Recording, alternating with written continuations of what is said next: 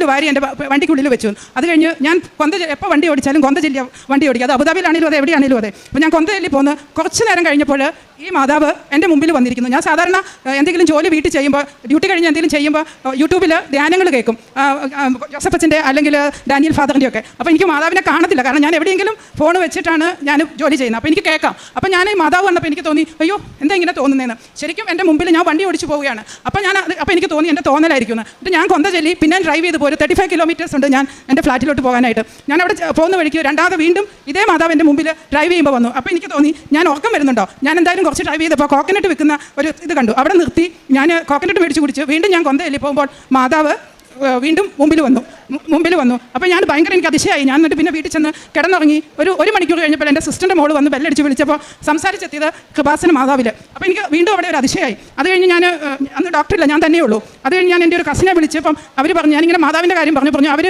കൃപാസനത്തിൽ ഉടമ്പടി എടുക്കാൻ 2 ആഴ്ചയായിട്ട് പോകാനിരിക്കുവാണ്, ആൻറ്റിക്ക് വേണമെങ്കിൽ ഞങ്ങളുടെ കൂടെ പോരാന്ന്. എനിക്ക് ഭയങ്കര സന്തോഷമായി. കാരണം എനിക്കിനി വേറൊരു മീറ്റിംഗ് കൂടെ ഉണ്ട് 2 ദിവസം കഴിയുമ്പോൾ. അപ്പോൾ ഡോക്ടർ വരും അബുദാബിയിൽ നിന്ന്. അപ്പോൾ ഞാൻ ഈ 2 ദിവസത്തിനുള്ളിൽ എൻ്റെ കൈക്ക് ചെറിയ കോവിഡ് കഴിഞ്ഞപ്പോൾ ആർത്രൈറ്റിസ് ഉണ്ട്. അപ്പോൾ ഞാൻ തീരുമാനമായിട്ട് ബുക്ക് ചെയ്തേക്കുക. അപ്പോൾ അത് എൻ്റെ ബർത്ത്ഡേയുടെ ദിവസം, അതിൻ്റെ അടുത്ത ദിവസമാണ് ജനുവരി 13th. ഞാൻ അവിടുന്ന് പിന്നെ അതൊക്കെ ക്യാൻസൽ ചെയ്ത് ഞാൻ അവരുടെ കൂടെ ഇവിടെ കൃപാസനത്തിൽ 14th ഏർലി മോർണിംഗിൽ ഇവിടെ എത്തി.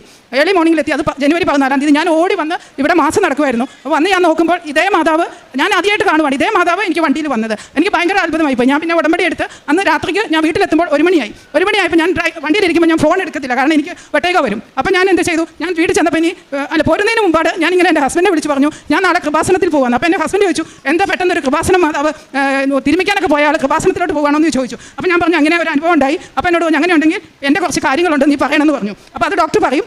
അപ്പോൾ ഞാനത് ഇവിടെ വന്ന് ഉടമ്പടിയിൽ എഴുതി. പിന്നെ ഞാൻ എപ്പോഴും എൻ്റെ മോന് വിശ്വാസത്തിലോട്ട് വരണം എന്നുള്ളതാണ് എപ്പോഴും പ്രാർത്ഥിക്കാറുള്ളത്. അപ്പോൾ അതുമെല്ലാം ഉടമ്പടി എഴുതി. ഞാൻ വീട്ടിൽ ചെന്ന് ഞാൻ ഫോൺ എടുക്കുമ്പോൾ ഡോക്ടറിൻ്റെ പെങ്ങളുടെ മകൻ്റെ ഭാര്യ സൺഡേ അവിടെ പള്ളിയിൽ കുർബാനയ്ക്ക് ഇരിക്കുമ്പോൾ എനിക്ക് മാതാവ് വന്ന അതേ സമയത്ത് ആ മോക്ക് ഇങ്ങനെ കാണുവാണ്, എന്നെയും ജോസഫ് അച്ഛനെയും കൃപാസന മാതാവിനെയും. ആ കുർബാന മുഴുവൻ ടൈമിൽ ഞങ്ങളെ 3 പേരെയും കാണുന്നു. അപ്പോൾ എനിക്ക് മെസ്സേജ് ഇട്ടിരിക്കുന്നു, ഇങ്ങനെ ആൻറ്റി നാട്ടിൽ പോകുമ്പോൾ, ഞാൻ നാട്ടിലുള്ളതെന്ന് അവർക്ക് അറിയത്തില്ല, കാരണം ഞാൻ ഷോർട്ട് മീറ്റിങ്ങിന് വന്നതാണ്. അപ്പോൾ ആൻറ്റി ചെന്ന് കഴിഞ്ഞാൽ എപ്പോഴെങ്കിലും നാട്ടിൽ പോകുമ്പോൾ കൃപാസന മാതാവിനെ പോയി കാണുന്നു. എനിക്ക് ഭയങ്കര അത്ഭുതമായി പോയി. ഞാൻ പറഞ്ഞു, ഷാജി ഇത് ഭയങ്കര കോയിൻസിഡൻസ് ആണല്ലോ, ഞാനിപ്പോൾ വന്ന് കയറിയിട്ടേ ഉള്ളൂ അവിടെ പോയെന്ന്. അതിനുശേഷം ഞാൻ പിറ്റേ ദിവസം തന്നെ പിറ്റേ ദിവസം മീറ്റിങ്ങിന് ഞങ്ങൾ ഷൊർണൂർ വെച്ചായിരുന്നു മീറ്റിംഗ്.